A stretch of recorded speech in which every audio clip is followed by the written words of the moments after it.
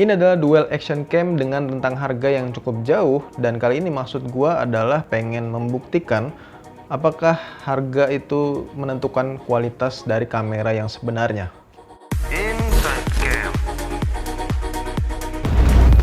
Perkenalan dulu dengan dua action cam yang bakal beradu saat ini. Ada Insta360S Pro dan juga SG-Cam SG20.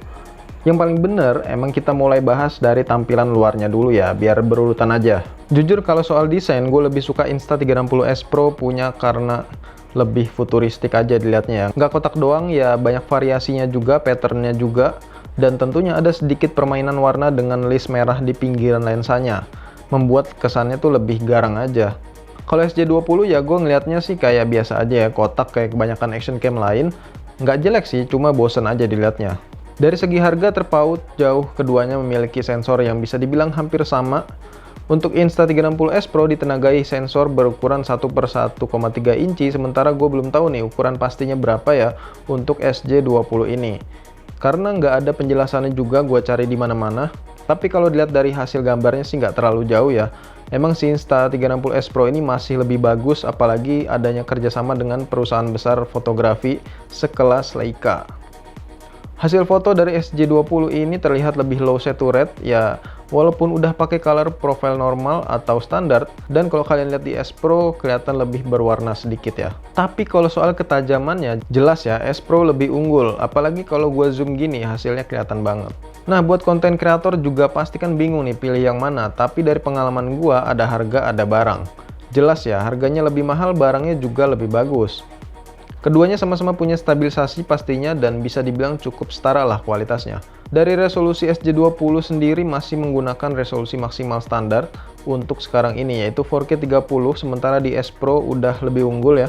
Karena bisa merekam video sampai resolusi 8K dan kalau mau 4K bisa di 60 fps buat slow-mo. Tapi ada sedikit yang mau gue notice di sini soal hasil low light-nya. Walaupun ini SG20 harganya jauh di bawah S Pro, tapi hasilnya bisa dilihat sendiri ya, cukup proper, apalagi buat kalian yang suka bikin konten motovlog atau mau rekam malam-malam bisa pakai lensa night vision-nya. Hasilnya cukup memuaskan sejauh ini.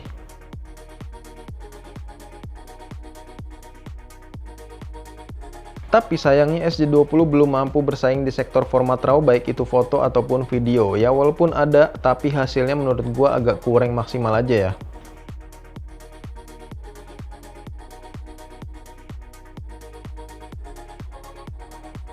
Untuk mikrofonnya sama-sama punya mic yang cukup baik dan pas gue coba sih hasilnya memuaskan. Tapi enaknya di S Pro bisa disetting juga nih modenya.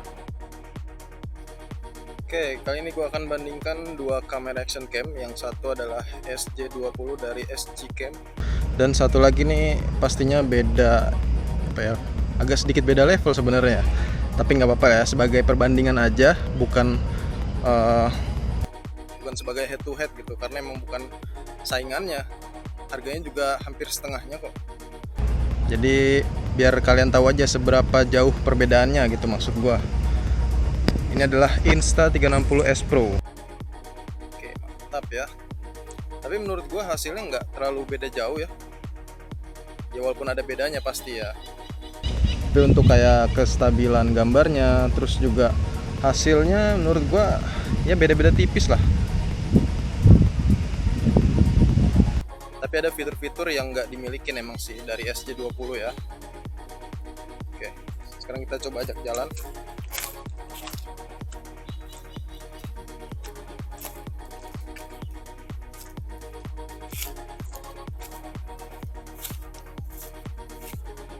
Nah, lagi-lagi di sini SG20 nggak bisa dianggap remeh ya. Karena punya daya penyimpanan cukup besar. Sebenarnya nggak besar sih, cuma 800 mAh aja. Tapi dia bisa ditambahin baterai eksternalnya lagi sebesar 1050 mAh. Jadi bisa rekam 4K itu bisa kurang lebih ya 180 menit ya. Dibanding S Pro yang cuma bisa rekam sampai 100 menit aja. Tapi dilihat lagi ya kondisinya, apakah suhu di luar itu panas yang bisa mengakibatkan penurunan daya semakin cepat juga. Untuk S Pro jelas, selling point mereka ada di lensanya yang bekerja sama dengan Leica ditambah resolusi perekaman hingga 8K juga ya. Serta nggak lupa adanya teknologi AI yang dimana zaman sekarang itu udah berguna banget untuk membantu processing gambar. Nah, di SJ20 selling point-nya itu sendiri ada di lensanya yang punya dua lensa, yaitu Night Vision dan Day Vision. Serta baterainya yang lebih besar karena bisa dipasang baterai eksternal untuk menambah daya pastinya.